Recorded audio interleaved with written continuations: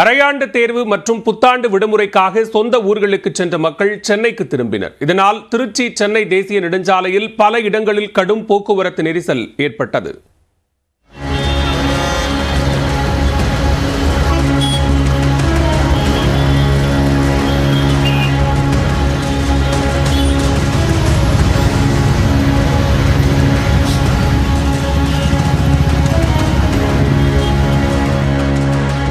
தமிழகத்தில் அரையாண்டு தேர்வுகள் முடிந்து கடந்த வாரம் விடுமுறை அளிக்கப்பட்டது. அத்துடன் கிறிஸ்துமஸ் மற்றும் புத்தாண்டு என விடுமுறை நாட்களும் வந்ததால் ஏராளமான மக்கள் தங்களது சொந்த ஊர்களுக்கு சென்றனர். அரையாண்டு விடுமுறை முடிந்து பள்ளிகள் இன்று முதல் வழக்கம் போல செயல்பட உள்ளன. இதனால் சொந்த ஊர்களுக்கு சென்ற மக்கள் சென்னையை நோக்கி படையெடுத்தனர்.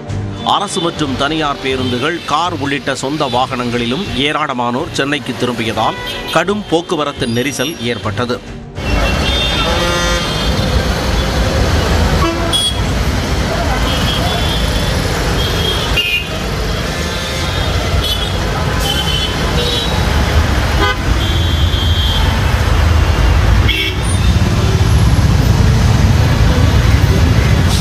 திருச்சி சென்னை தேசிய நெடுஞ்சாலையில் செங்கல்பட்டை அடுத்த சிங்கப்பெருமாள் கோவில் பகுதிகளில் கடுமையான போக்குவரத்து நெரிசல் ஏற்பட்டது.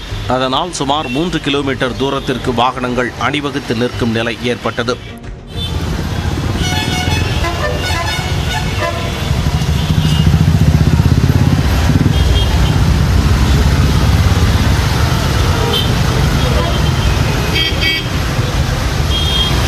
அதேபோல மறைமலை நகர், கூடுவாஞ்சேரி, ஊரப்பாக்கம் உள்ளிட்ட பகுதிகளிலும் கடும் போக்குவரத்து நெரிசல் ஏற்பட்டது.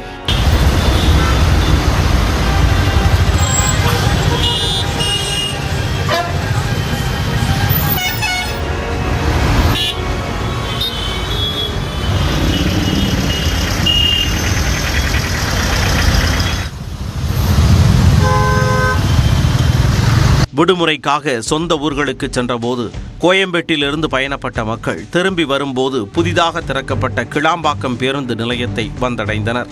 முதன்முறையாக கிளாம்பாக்கம் பேருந்து நிலையத்திற்குள் பயணித்ததும் அதனை பார்வையிட்டதும் பயணிகளுக்கு புதிய அனுபவமாகவும் அமைந்தது. மணிப்பூர் மாநிலத்தில்